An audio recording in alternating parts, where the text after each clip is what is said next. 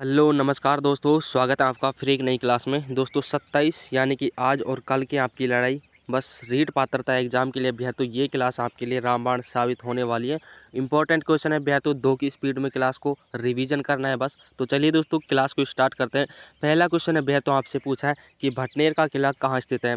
हनुमानगढ़, गंगानगर, जैसलमेर या Barmer. Correct answer की बात की जाए भैया तो ऑप्शन ए का आपका इसमें राइट आंसर हो जाता है। यानी कि जो भटनेर का किला है भैया तो वो आपके हनुमानगढ़ जिले में स्थित है। स्टार लगा के रखना भैया, तो इंपॉर्टेंट क्वेश्चन है, काफ़ी एग्जामों में ये क्वेश्चन देखने को मिल जाता है। बात कर लेते हैं भैया तो अगले क्वेश्चन की। अगला प्रश्न है भैया, तो आपसे पूछा है कि जल दुर्ग कहाँ पर स्थित है भैया। तो जल दुर्ग की श्रेणी में भैया तो कौन सा किला आता है भैया, तो वो आपको याद रखना है भैया। तो इंपॉर्टेंट है क्योंकि जल दुर्ग भैया तो यहाँ से एग्जाम में क्वेश्चन 100% होते हैं। तो अजमेर, आमेर, सिवाना या गागरोन। तो भैया तो जो गागरोन का किला है भैया तो वो आपके जल दुर्ग की श्रेणी में आता है। यानी कि जिसके ओर चारों ओर भैया तो जल भरा होता है भैया तो वो आपके जल दुर्ग की श्रेणी में आता है। ऑप्शन 4 आपका इसमें करेक्ट आंसर हो जाता है। बात करते हैं भैया तो अगले क्वेश्चन की। अगला क्वेश्चन है भैया तो आपसे पूछा है कि किस दुर्ग का प्रवेश द्वार नौलक्खा दरवाजा के नाम से जाना जाता है भैया। तो स्टार लगा के रखना है एग्जाम की दृष्टि से भैया। तो नौलक्खा दरवाजा के नाम से आपको बताना है कि कौन सा दुर्ग का जो प्रवेश द्वार है भैया तो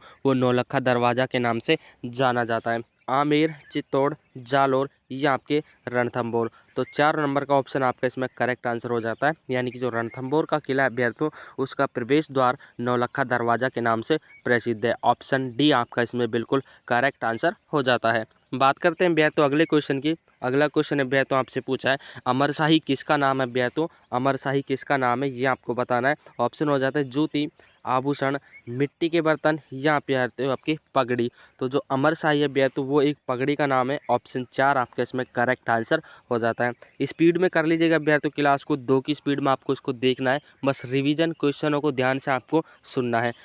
बात करते हैं भैया तो अगले प्रश्न की। अगला प्रश्न है भैया तो आपसे पूछा है कि मारवाड़ में दामनी क्या है भैया। तो राजस्थानी जो शब्दावली है वहाँ से क्वेश्चन उठाए जा रहे हैं क्योंकि भैया तो वहाँ से आपके 2 या 3% 100% एग्जाम में देखने को मिलेंगे। तो दामनी क्या है भैया तो वो आपको बताना है। ओढ़नी का एक प्रकार, कलात्मक जूतियाँ, एक राजस्व कर या आपके सिंचाई करने का एक औजार। तो ऑप्शन ए का आपका इसमें करेक्ट आंसर हो जाता है। यानी कि ओढ़नी का एक प्रकार है भैया तो जिसको हम राजस्थानी भाषा में दामनी कहते हैं। ऑप्शन ए आपका इसमें बिल्कुल करेक्ट आंसर हो जाता है। बात कर लेते हैं भैया तो अगले क्वेश्चन की।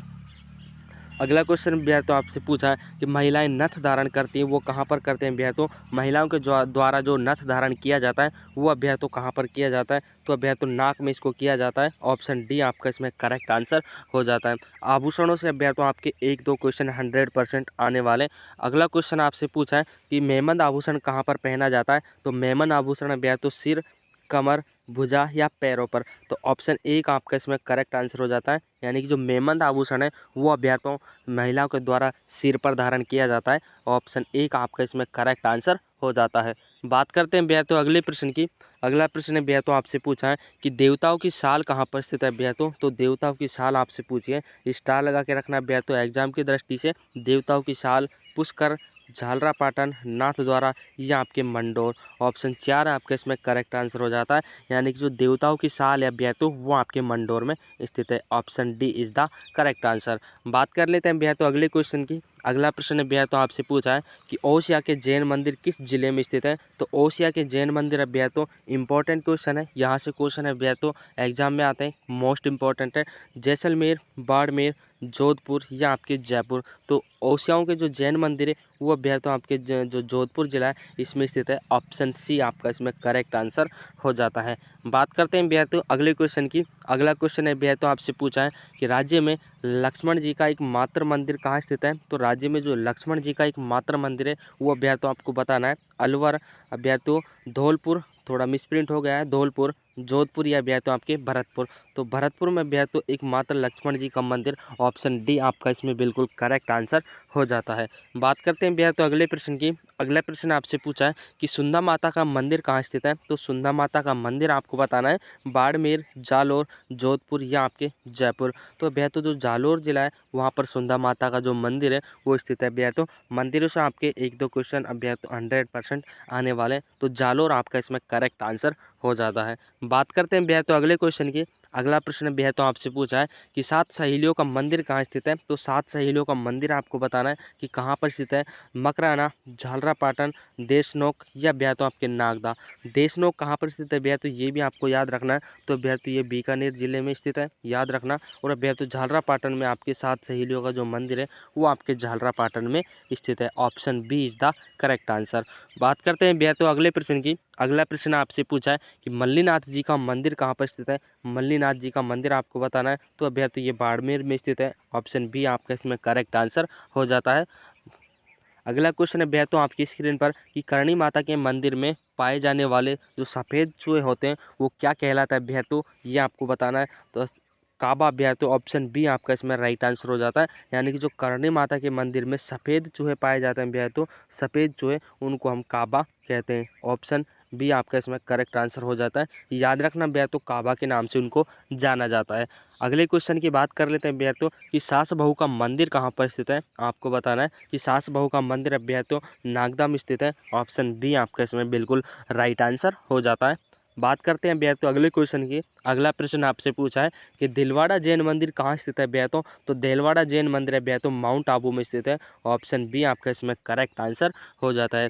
बात करते हैं भैया तो अगले क्वेश्चन की कि प्राचीन पांडुपोल मंदिर किस जिले में स्थित है भैया तो स्टार लगा के रखना क्वेश्चन के अंदर। इंपॉर्टेंट क्वेश्चन है भैया तो एग्जाम की दृष्टि से। अजमेर, जयपुर, अलवर या दौसा। तो अलवर में भैया तो जो प्राचीन पांडुपोल मंदिर है वो आपके अलवर जिले में स्थित है। Option C is the right answer. बात करते हैं भैया तो अगले क्वेश्चन की।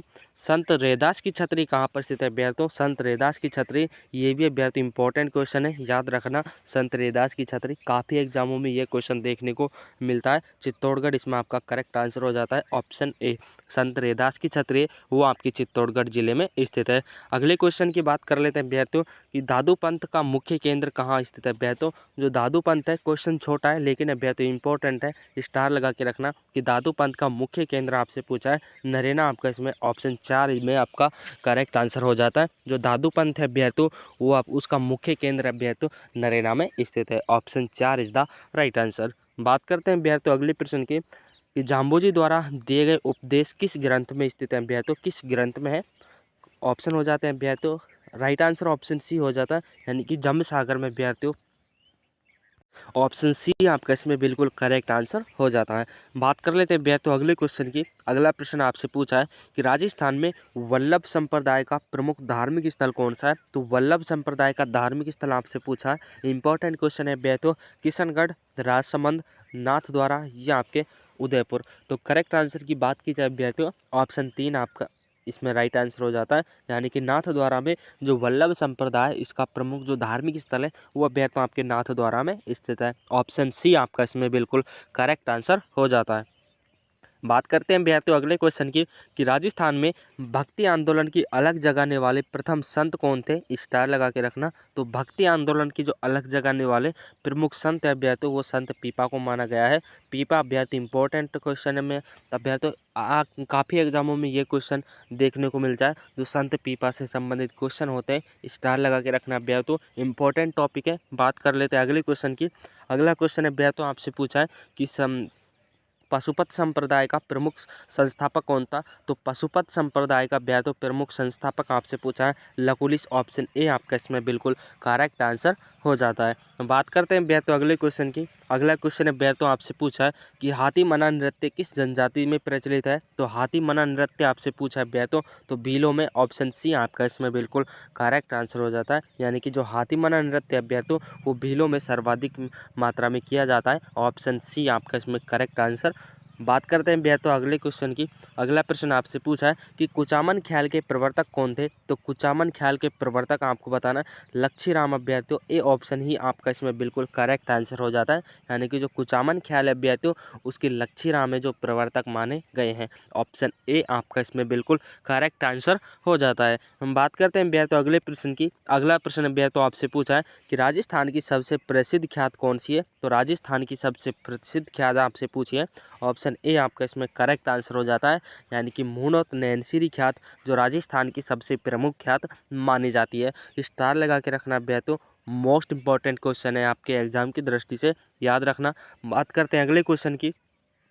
किस क्षेत्र में रम्मतें प्रसिद्ध हैं। तो रम्मतें किस क्षेत्र की प्रसिद्ध है अभ्यार्थों? तो बीकानेर में सर्वाधिक मात्रा में अभ्यार्थों जो रम्मत है वो प्रसिद्ध मानी गई है। ऑप्शन सी आपका इसमें बिल्कुल करेक्ट आंसर हो जाता है। बात कर लेते हैं अभ्यार्थों अगले प्रश्न की। अगला प्रश्न आपसे पूछा है कि राजस्थान की प्रसिद्ध नृत्यांगना गुलाबों का संबंध किस नृत्य कला से रहा है अभ्यार्थों? स्टार लगा के रखना। गुलाबों का संबंध आपसे पूछा है कि किस नृत्य कला से इनका संबंध रहा है? तो कालबेलिया। ऑप्शन ए आपका इसमें बिल्कुल करेक्ट आंसर हो जाता है। कालबेलिया से अभ्यार्थों जो गुलाबों का संबंध है वो संबंध माना गया है। बात कर लेते हैं अभ्यार्थियों अगले प्रश्न की। अगला प्रश्न अभ्यार्थियों आपसे पूछा है कि भीलों को जो घर होते हैं अभ्यार्थियों, भीलों के घर को क्या कहते हैं अभ्यार्थियों? क्या कहलाते हैं भीलों के घर अपनी भाषा में अभ्यार्थियों? पाला, कू या टापरा। ऑप्शन बी आपका इसमें करेक्ट आंसर हो जाता है। यानी कि भीलों के जो घर हैं अभ्यार्थियों उनको कू या टापरा उनको बोला जाता है। Option B is the correct answer. बात करते हैं अभ्यार्थियों अगले क्वेश्चन की। अगला क्वेश्चन अभ्यार्थियों आपसे पूछा है कि भित्ति चित्रों की दृष्टि से राजस्थान का सफलतम क्षेत्र कौन सा रहा है? तो भित्ति चित्रों की दृष्टि से अभ्यार्थियों कोटा और बूंदी ये क्षेत्र अभ्यार्थियों जो राजस्थान का क्षेत्र है जो कोटा और बूंदी भित्ति चित्रों के लिए अभ्यार्थियों इसको प्रसिद्ध माना गया है। दोस्तों क्लास को यहीं पर करते हैं स्टॉप। क्वेश्चन आपको कैसे लगे? जो भी विद्यार्थी चैनल पर नया विजिट किया हो चैनल को जरूर सब्सक्राइब कर लें, क्योंकि यहाँ पर अभ्यार्थियों आपको इंपॉर्टेंट जो क्वेश्चन होते हैं टॉपिक होते हैं वही आपको पढ़ाए जाते हैं। मिलते हैं अभ्यार्थियों अगली क्लास में, तब तक के लिए जय हिंद साथियों। एक लाइक वीडियो को जरूर करना अभ्यार्थियों। मिलते हैं अगली क्लास में।